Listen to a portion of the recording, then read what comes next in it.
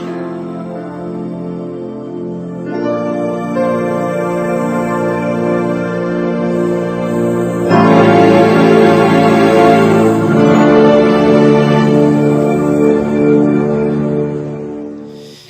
Tessalonicenses capítulo 4, versículo 3 e 4. Eu tentei adaptar melhor esse texto para você ler junto comigo. Vamos juntos? Deus quer de mim... Não. Assim não. Vamos de novo? Deus quer de mim vida pura. Desculpa, agora foi eu que errei. Vamos de novo. Deus quer de mim vida pura, fugindo da imoralidade sexual, aprendendo a dar dignidade ao meu... Deus quer de mim vida pura. Não. Tá ali apagadinho, mas está ali também. Dedicação radical. Melhorou? Puxa vida. Eu nunca vi um texto mais difícil do que esse. Deus quer de mim vida pura, fugindo da imoralidade sexual, aprendendo a dar dignidade ao meu corpo. Deus espera de mim dedicação radical. Deus espera que eu não seja dominado pelo meu próprio desejo. Gente, nós não podemos negar que Deus nos criou como seres sexuais. A imagem que eu vou mostrar vai mostrar bem isso. Nós somos seres sexuais. Nós desejamos o sexo. Nós olhamos e ficamos excitados. Nós ouvimos determinadas coisas e nós pensamos e reagimos a isso. Até mesmo os cachorros, os animais, são seres sexuais. Outro dia eu fui na casa de uma irmã lá da igreja, uma senhora. Vocês imaginem a cena. Estava lá eu fazendo aquela visita pastoral, sabe, pastor? Aquela coisa de sempre. Sentado no sofá, de repente vem aqueles cachorrinhos. Eu não sei porque vocês estão rindo. O cachorrinho, cachorro, já veio feliz da vida. Chegando próximo, pulou em mim, abraçou o meu joelho. No mais, vocês imaginem o restante. Até mesmo os animais são seres sexuais. Nós não podemos negar isso. Seres humanos, entretanto, têm um agravante. Eu preciso que alguém vá me ajudando com os slides aqui em cima. Não está funcionando daqui. Seres humanos têm um agravante. O nosso coração foi corrompido pelo pecado. Lá no Éden, quando o ser humano decidiu ir contra Deus, o seu coração agora não mais age em conformidade, de acordo com o desejo de Deus. E com isso, os desejos sexuais que Deus nos deu foram completamente corrompidos. Agora não é mais o meu coração que controla os meus desejos, ao contrário, são os meus desejos que controlam o meu coração. E isso é perigoso demais.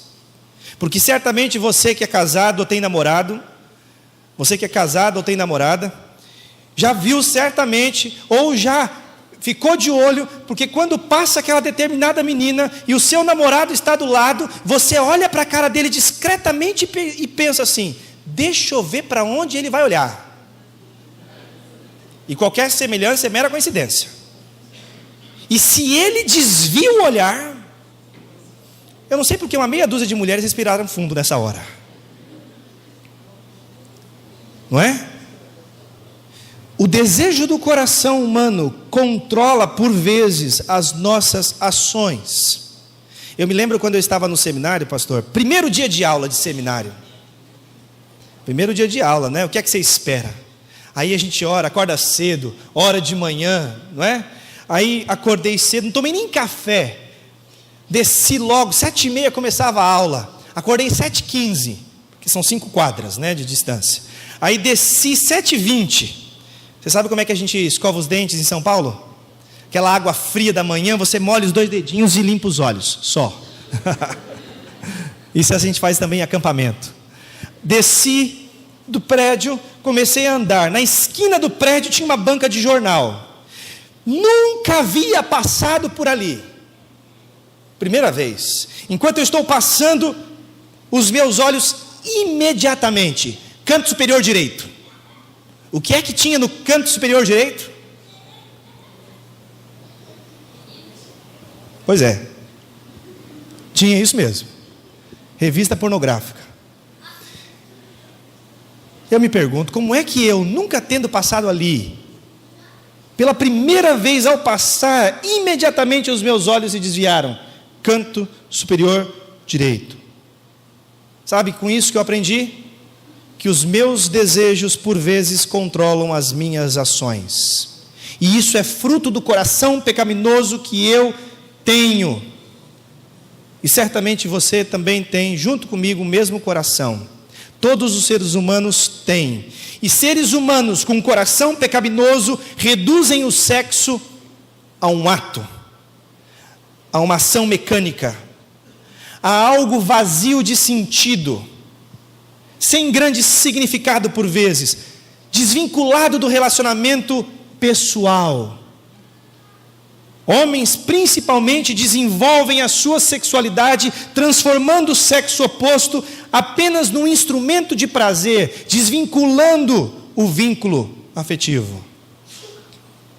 Sabe, gente, e quando jovens e adolescentes, quando adultos como todos nós somos, colocam o prazer acima das demais prioridades da vida e transformam o sexo em algo que ele deseja tanto, que passa a viver em torno disso, então ele transforma a sexualidade no ídolo do seu coração.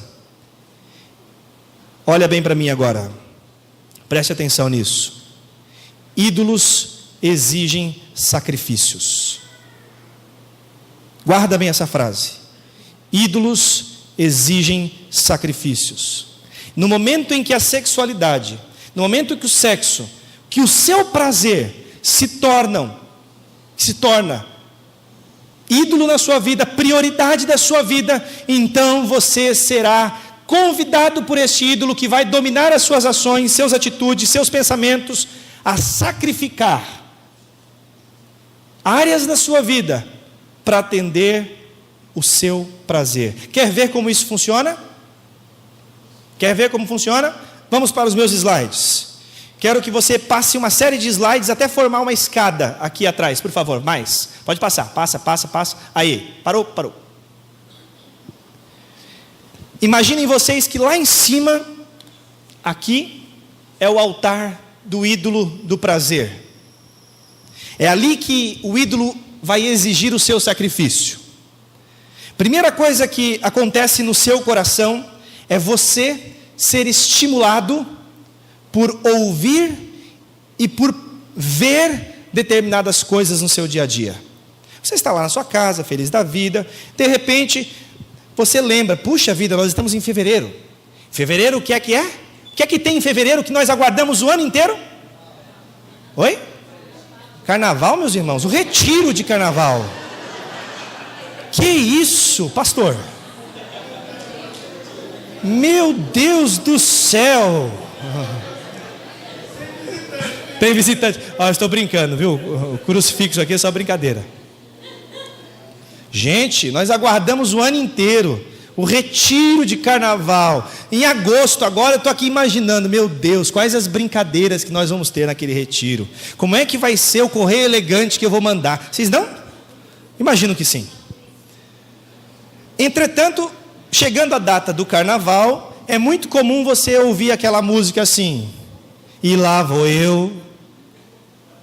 Agora ninguém quer contar, né?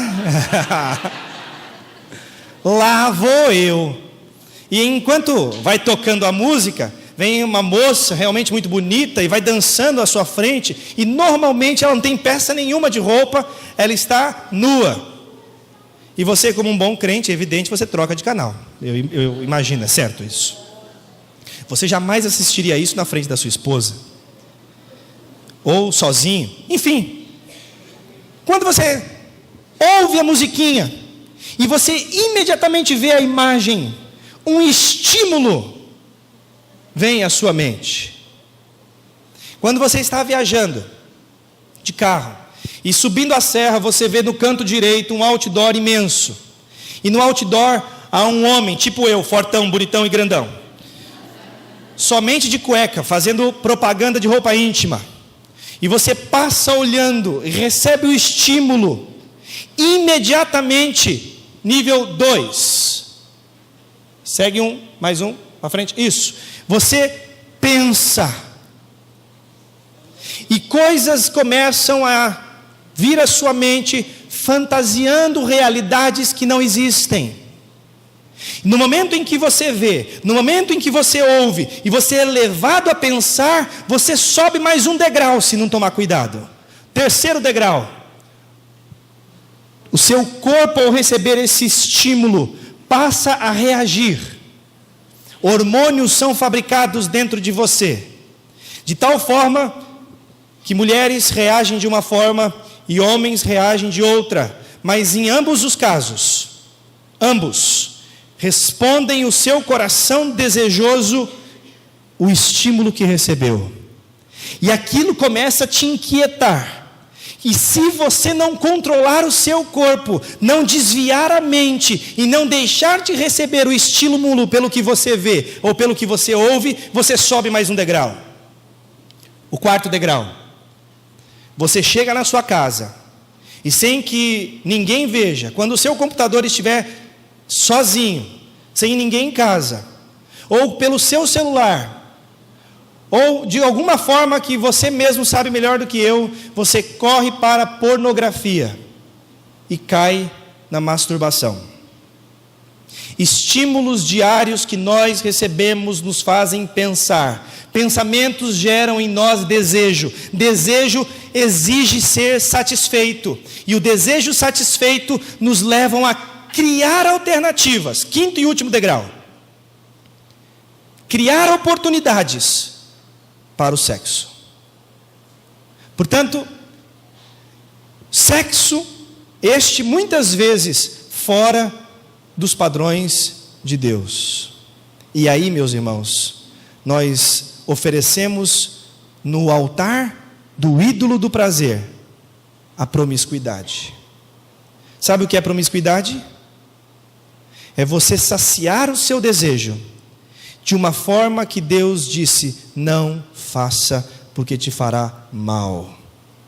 E com Deus nós só temos duas opções. A primeira opção, incontinência, absoluta abstinência sexual ou casamento. Com Deus nós só temos duas opções: incontinência sexual, absoluta abstinência, ausência plena de sexo, ou então casamento. Fora disso, você vai subir esse degrau e andar a andar, você vai oferecer o sacrifício no altar idólatra da promiscuidade. Sabe onde nós nos encontramos? Veja o slide seguinte, vai dizer onde nós nos encontramos. Nós nos encontramos justamente naquele estágio em que nós somos escravos do nosso próprio desejo. Nós nos encontramos na busca diária e sistemática, contínua do nosso prazer. Um prazer que precisa ser saciado agora, porque ídolos não esperam. Nós buscamos, ainda que incontroladamente, por vezes, o sexo, o prazer, e colocamos esse prazer acima de todas as coisas, procurando meios, alternativas, situações escondidas, para que nós consigamos saciar o desejo que há no nosso coração. Nós acreditamos que o desejo, por ser natural, não precisa ser contido. Aliás, volta um slide, por favor. Nós vemos que a serpente ainda continua falando ao nosso pé do ouvido: certamente, fazendo isto, tu não morrerás. Isso acontece só comigo? Quantos aqui, sendo jovens cristãos, já fizeram sexo antes de casar? Não precisa responder, pense. Quantos de nós não nos controlamos e às escondidas dos nossos familiares, durante os momentos de banho, nos saciamos imaginando o que não devemos? Quantas moças, desejando serem amadas, escolhem o seu guarda-roupa simplesmente para dizer: dessa forma eu estarei irresistível. É por isso que Jesus disse: vocês ouviram o que foi dito, não adulterarás. Mas eu lhe digo: qualquer que olhar, aqui é mulher ou homem, e desejá-lo ou desejá-la, já no coração cometeu adultério com ela. Gente, essa é a nossa situação hoje. Falar de promiscuidade é muito difícil, porque em geral essas palavras de Jesus vêm rasgando o nosso coração, não é verdade? A gente se sente acusado com isso, porque a gente olha e pensa: meu Deus, eu não consigo. Eu sou casado e não consigo. Eu sou casada e não consigo. Eu era solteiro e me casei pensando que resolveria, e não resolve. Ou sou solteiro aqui e crio na minha imaginação momentos que eu viveria felizes casado, mas hoje eu olho para o meu coração e não consigo. Jovens e adolescentes, quantas vezes já não leram aquele texto de Jesus que diz que se você tem um olho e esse olho te faz pecar, arranca-o fora? Já recebi jovens que disseram: Luiz, será que eu preciso me castrar? Você ri? Eu estou falando sério. Eu já pensei assim. E eu já recebi gente que pensava da mesma forma que eu. Sabe por quê, gente? Porque o meu coração é desesperadamente corrupto, e o seu, tal qual o meu, também é. Eu me lembro que nesse dia eu fui conversar com um presbítero da minha igreja, um homem que eu admiro muito e sempre foi um homem muito centrado. Eu sentei com ele e disse assim: olha, como é que eu faço? Eu peco. Eu era adolescente e eu estou com esse texto de Jesus na minha cabeça. Eu estou pecando, eu preciso fazer algo comigo. Pois é, ele me ouviu pacientemente. Ele falou assim: Luiz Henrique, mesmo que você se castre, saiba que o desejo vai continuar dentro do seu corpo, o que é pior, porque você não terá meio de escape nem quando você for casado. Eu falei: não acredito. Anos depois, já pastor, eu recebi um senhor no meu gabinete, um senhor que tinha dificuldades com a sexualidade, já casado há muitos anos, e ele disse para mim assim: pastor, eu tenho um problema de impotência, eu não consigo ter relação com a minha esposa. O problema, pastor, é que mesmo impotente, a minha mente não para. E eu sinto dentro de mim aquele desejo incontrolável, só que o meu órgão não responde. E aí eu entendi as palavras daquele presbítero para mim lá na frente, lá atrás. E aí eu compreendi, queridos, que o meu coração permanece um coração adúltero, que precisa da intervenção de Deus, que precisa da ação do Espírito sobre ele, que sozinho eu não consigo vencer a promiscuidade, que se eu não for disciplinado no meu relacionamento com Deus, eu não vou conseguir, e certamente você também não. Veja, vou passar um slide. Não adianta você se esconder, nem esconder os seus vacilos, pensando assim: ah, mas eu nunca fiz sexo, eu nunca transei. Não precisa ter transado para ter uma mente corrompida pelo pecado. Basta você alimentá-la. Na sua mente existe impureza natural, seu. Veja que rapazes são tentados pelo prazer, notem bem isso, que a pornografia oferece. Rapazes são tentados a consumir pornografia, enquanto que moças são tentadas a produzir pornografia. Homens desejam consumir e valorizam o consumo, de tal forma que quando eles notam pernas à mostras, bustos à mostras, um corpo à sua frente, ele de forma direta diz: nossa, como você está bonita hoje, meu Deus. E isso serve de estímulo para que a moça pense: então eu preciso continuar vindo assim, se eu quiser ser desejada. Da mesma forma os rapazes, não é? Da mesma forma. Mas as tentações, embora a promiscuidade seja a mesma, o nível de tentação para homem e mulher é diferente. Olha o segundo tipo: homens dão amor para receber sexo, mulheres dão sexo para receber amor. Já ouviram que para as mulheres o sexo começa na primeira palavra que o homem dá? Bom dia. O sexo começa ali, no início das 6 horas da manhã, e dependendo de como for o dia inteiro, chega à noite, pode ter ou não.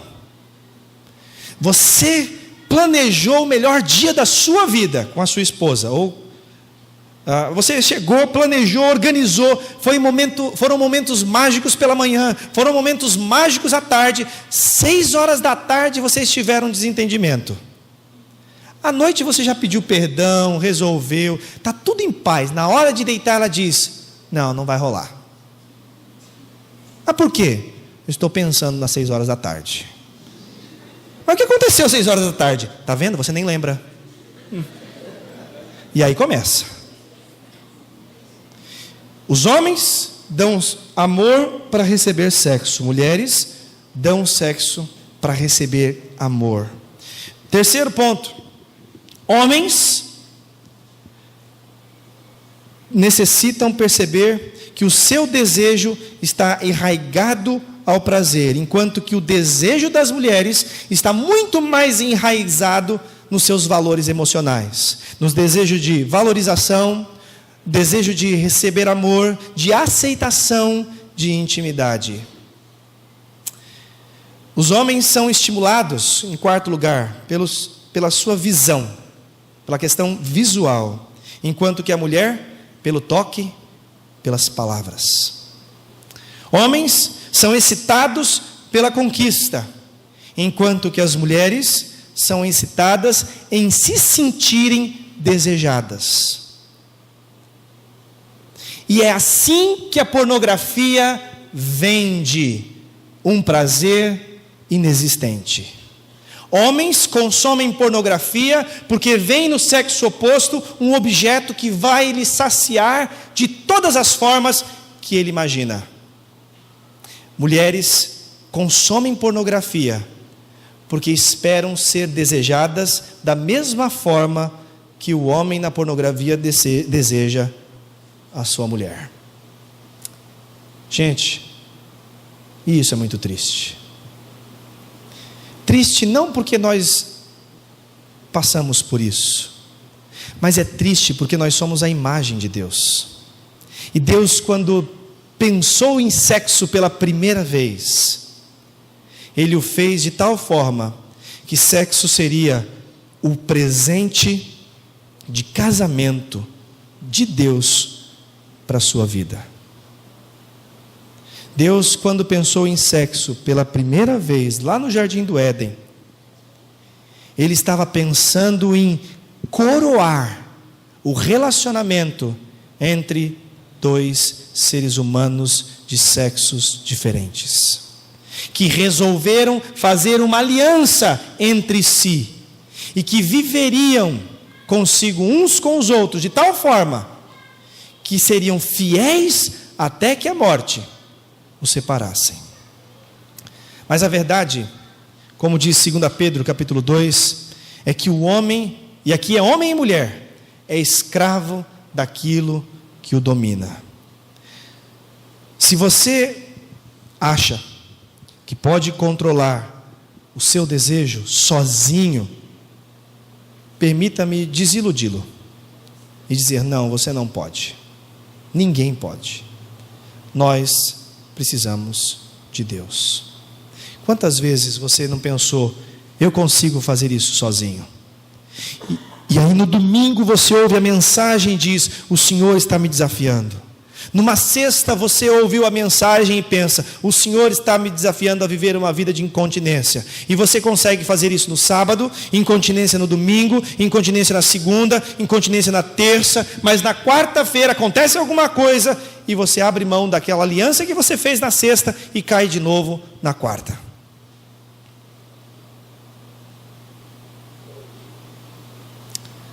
Nós precisamos então entender o que é que Deus quer de nós e como Deus pode trabalhar no nosso coração. Nós precisamos entender qual é a atitude que nós devemos tomar agora. Veja, na busca por reparação só existe 3 atitudes. Na tentativa de parar de fazer, ou eu penso, é melhor parar geral, anular geral. É melhor saber que os desejos são errados, que eu não devo sentir. Tem muitos pais de adolescentes e jovens que colocam a sexualidade como um pecado. Meu filho, não me diga um negócio desse. Não fale isso para mim. Meu Deus do céu, misericórdia. De tal forma que muitas vezes os pais não sabem lidar com seus filhos quando eles percebem que seus filhos, por exemplo, estão excitados. Quando os seus filhos começam a manifestar desejos pelo sexo oposto. E gente, deixa eu fazer uma pergunta para vocês.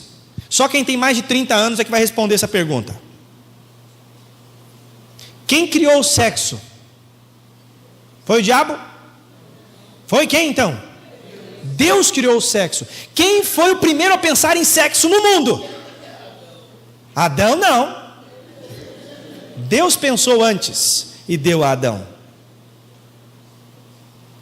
Se Deus pensou em sexo, se Deus presenteou o ser humano com sexo, por que os pais têm tanta dificuldade em falar de sexo com seus filhos? E acham que precisam anular tudo. Muitos religiosos imaginam que falar de sexo é loucura. Há outros, normalmente os mais jovens agora, que pensam: não, eu tenho desejo, eu preciso liberar e deixar acontecer. Afinal de contas, eu preciso me satisfazer. E esse é o pensamento mais liberal possível que você puder imaginar. É aquele que chega para namorada e diz: não tem problema, é só a mão. Você sabe que namoro é igual war, não é? Cada território que você conquista não volta atrás. Chegou, dominei, já era, eu encho de exército. Sabe o que é war? War é um jogo de conquista de territórios. Pois é, namoro é assim. E tem muito crente que namora ao estilo pentecostal, com imposição de mãos e confusão de línguas. É verdade. Nós somos presbiterianos. Estou brincando. Meus irmãos pentecostais têm muito meu carinho, mas a gente tem muitos amigos, aí essas piadas sempre surgem, não é? Mas satisfazer os seus desejos fora do casamento é loucura. Então a opção de Deus, direcionar o seu desejo, ter controle sobre ele, com a ajuda de Deus. E esse é o nosso desafio, queridos. E para isso, eu preciso reparar o meu coração, entendendo em primeiro lugar, veja, na busca por reparação, eu preciso compreender, em primeiro lugar, que eu preciso desenvolver a melhor maneira de agir diante de um desejo impuro. Eu preciso tomar a decisão de não alimentar o meu coração. Eu preciso entender que durante esta batalha, por mais que eu esteja lutando, eu já obtive a vitória em nome de Jesus. Que em Cristo eu sou mais do que vencedor. Amém? Amém. Que em Cristo esta batalha contra a minha sexualidade pornográfica, contra o meu desejo promíscuo, já foi vencido. E que se eu me armar das armas de Deus, da armadura de Deus, eu terei condições de lutar. Por isso eu preciso me lembrar que o desejo impuro pode se tornar um hábito na minha vida. Se eu não tomar cuidado, se eu não reformar o meu jeito de viver. No fronte da batalha, a grande arma do diabo é o engano. A grande arma do inimigo é dizer no seu coração: pode fazer, todos fazem, não tem como remar contra essa cultura. Para isso ele usa do engano, de séries que vão dizer, é normal. Ele usa do Netflix.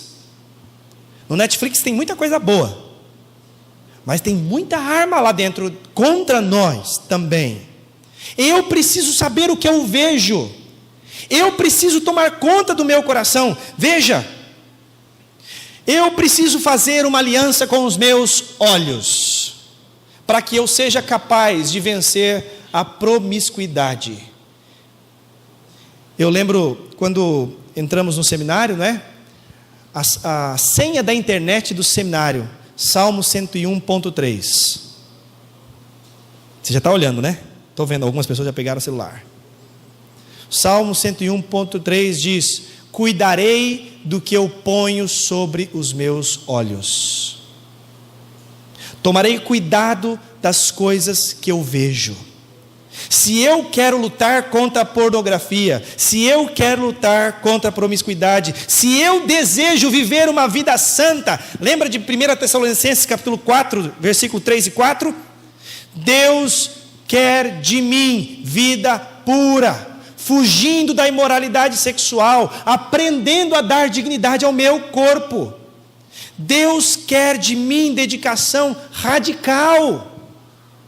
Se eu sei disto, então eu preciso fazer uma aliança com os meus olhos, e não colocar diante deles aquilo que eu sei que não agrada a Deus. Eu preciso renovar a minha mente. Quanto mais eu procuro coisas contrárias a Deus, mais eu torno a minha mente impura. Mas se eu renovar os meus olhos e fazer uma aliança com eles, e ao mesmo tempo lutar, colocar na minha mente palavra de Deus e não palavra do mundo, as coisas mudam. Eu tinha separado 3 vídeos que eu queria passar para vocês, 3 clipes. Esqueci de deixar lá em cima. Pois é, pastor, eu estou ficando velho, não é possível. Na hora aqui, envolvido, comecei a cumprimentar os irmãos, esqueci de deixar. Mas eu tenho certeza que você conhece os 3 clipes, ou pelo menos os 3 compositores. O primeiro que eu escolhi foi o MC Kevinho. Por que vocês estão rindo? MC Kevinho, tem uma música lá, pornográfica dele, dizendo que o som do negócio é olhar para a menina, e aí ele faz uns movimentos complicados. Mas, tudo bem, você conhece o MC Kevinho. Eu peguei a Rihanna, a Beyoncé e outros. Gente, compositores que todos nós vemos, conhecemos bem. Sabe, às vezes a gente se dá conta de que nós não fazemos aliança com os nossos olhos. Não fazemos. Porque a gente escolhe os clipes mais pornográficos. Porque a gente enche a nossa mente daquilo que menos presta, e porque a gente não guarda o nosso coração. Mas se você deseja se comprometer com Deus, se você deseja tornar o seu coração puro, são esses 3 passos. E eu quero concluir a minha mensagem trazendo para o seu coração alguns pontos essenciais para você renovar a sua mente, fazer aliança com o seu coração e com os seus olhos. Primeiro ponto: alimente a sua mente com a Bíblia. Gente, o que é que diz lá em João capítulo 3, versículo 16? Deus amou o mundo de tal maneira que nele creia, não morra, mas tenha. Muito bem. E no Salmo 51.12? Salmo 51.12: restitua-me a alegria da tua salvação e sustenta-me com o espírito voluntário. E o Salmo 139.1? Sabe por que eu estou perguntando isso? Pastor, não vale. Porque antigamente, na escola bíblica dominical, no almoço de domingo, antes de comer, o pai olhava para o seu filho e dizia: o que é que está escrito em Colossenses capítulo 1, versículo 3? Em Hebreus capítulo 11, versículo 1? O que é que está escrito em Hebreus capítulo 1? E o filho ia dizer: havendo Deus outrora falado de muitas vezes e de muitas maneiras aos pais pelos profetas, nos tem falado agora pelo Filho. E a criança ia dizer, ia receber: parabéns, meu filho.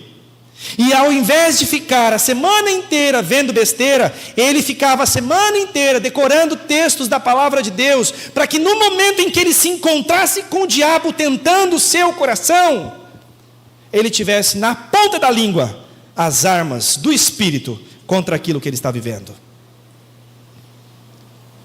Quanto tempo você gasta da sua semana decorando a Bíblia?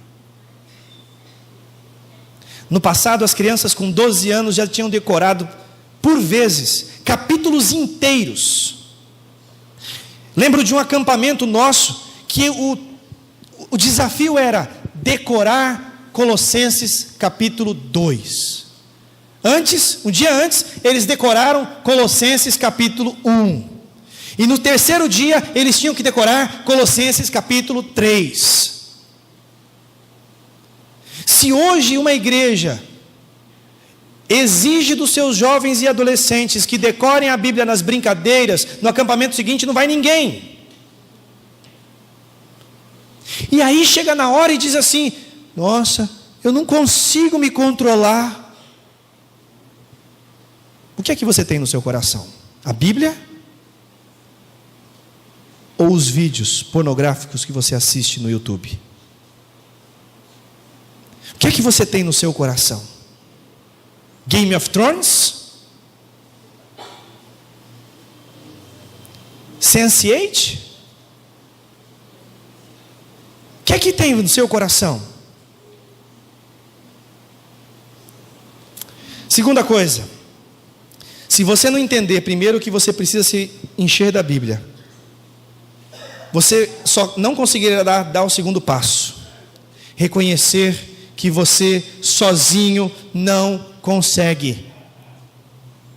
Você precisa entender que Deus precisa falar com você e que você agora precisa falar com Deus.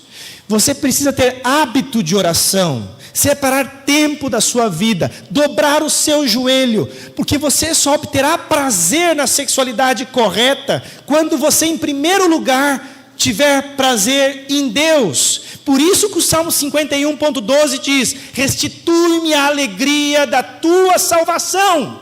Senhor, eu preciso ter muita alegria do Senhor no meu coração, porque quando me falta a tua alegria, eu corro para a promiscuidade. Quando me falta a tua alegria, eu vou para a pornografia. Quando me falta a alegria, eu corro para sexo com a minha namorada.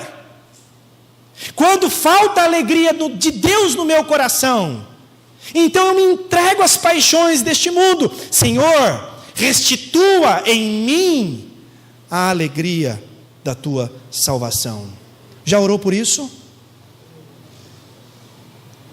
Alimente a sua mente, porque é Deus falando com você. Reconheça a sua luta e clame a Deus, porque é você falando com Deus. Fuja da tentação, é você fazendo a sua parte. Gente, tem muita gente que acha que ser corajoso é se expor ao perigo e não ser contaminado. E isso não é coragem, isso é burrice. Burrice é você saber que você vai ser tentado ao ir naquele lugar e mesmo assim for. Tem lugares que eu não posso escolher não ir. Ah, Luiz, eu sou tentado na escola. Pois é, você não pode escolher não ir na escola. Mas em casa noturna você pode escolher não ir. E você vai. Isso é burrice. Com todo respeito, gospel, claro. Mas fugir da tentação sou eu fazendo a minha parte. E por fim, eu preciso crer na promessa fiel de Deus, que Ele não me tentará segundo ações que eu não consiga suportar. Aí sim, é Deus fazendo a parte dele. Você é capaz de crer nisso? Você é capaz de buscar isso? Olha lá, ó. Lá fora. Vocês estão vendo? Estão vendo ou não estão? Está passando gente lá na rua. É sério, pode ver, está passando. Passou um ônibus. Aquelas pessoas só serão alcançadas por esta igreja, ou pela nossa igreja lá em Santos, ou pela sua igreja, se você visita aqui nesta noite, quando eles olharem para vocês e verem que a mensagem que nós proclamamos, nós vivemos. Que nós só faremos diferença neste mundo quando nós voltarmos os nossos olhos para a santidade. Que não há opção de ganhar este mundo sem primeiro eu não ganhar o meu próprio coração, porque Deus quer de mim vida pura, fugindo da imoralidade sexual, aprendendo a dar dignidade ao meu corpo, não sendo eu dominado pelo meu desejo. Deus espera de mim dedicação radical. Irmãos, o meu último slide. Não se mantém pureza sexual absolutamente dando um tiro no escuro. Você precisa fazer escolhas certas. Você precisa disciplinar o seu coração. E eu quero orar por você. Eu quero pedir a Deus que Ele faça parte dele. Que Ele, de fato, jamais te ofereça uma tentação que você não possa suportar. Mas eu quero pedir também nesta oração que você faça a sua parte. Que você se comprometa com Deus. Que você faça uma aliança com os seus olhos. Que você procure se encher mais da presença e da palavra de Deus, para que você ouça Deus falando com você. Eu espero nessa oração pedir a Deus para que você separe tempo de qualidade com Deus. Não é só a sua namorada que precisa de tempo. Não são só os seus estudos que precisam de tempo. Não é só a sua mãe e sua família que precisam de tempo. Não são apenas o seu tempo de lazer que precisa de tempo e prioridade. Deus precisa de tempo seu. E eu quero orar por isso. Quero convidar você a ficar de pé junto comigo.